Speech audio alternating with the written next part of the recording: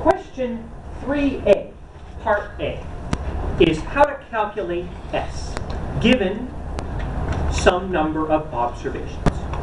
In this case, it's wait times at a bank. There are 6 measurements made. These are how long a customer waits in a bank. They chose 6 customers at random and measured how long they waited. And those are X's. They're measurements. They have units. In this case, minutes. Now, this question asks us to calculate S, which is the sample standard deviation. So we have a sample of n equals 6 customers. And the first thing to do is calculate the mean of this particular sample. We call that x bar sub num. And if you add up all 6 of those measurements and divide by 6, you get 6.25 as the mean of those measurements.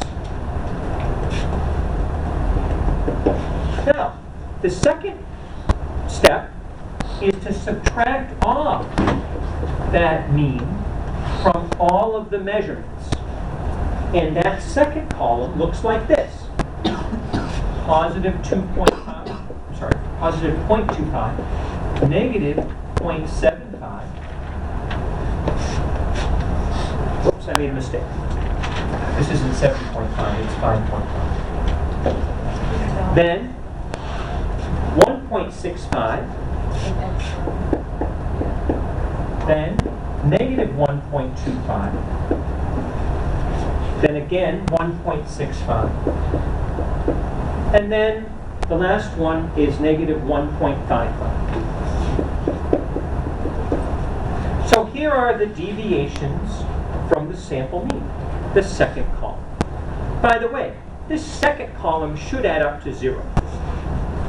Just to make sure you did it right, you might try adding up that second column and make sure it adds up to 0. Now the third column is the square of the second column. And I'm going to round it off to 2 digits. So the first number is 0.06, then 0.56, then 2.72, then 1.56, and then again 2.72, and the last one is 2.40. So here are the square deviations from the mean. By the way, no number in this third column should be negative, ever.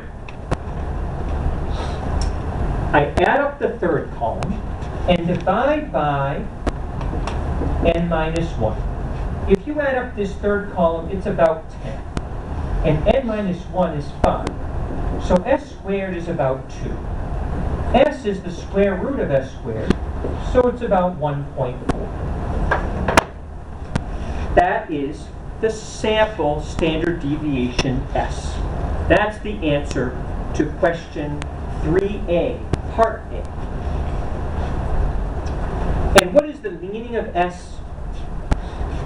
Well, it's the sample standard deviation, and the meaning of it is a typical deviation from the mean.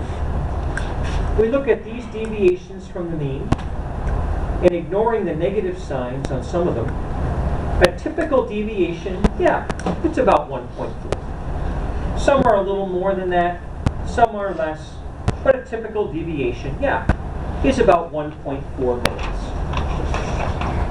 So that is question 3A, part A.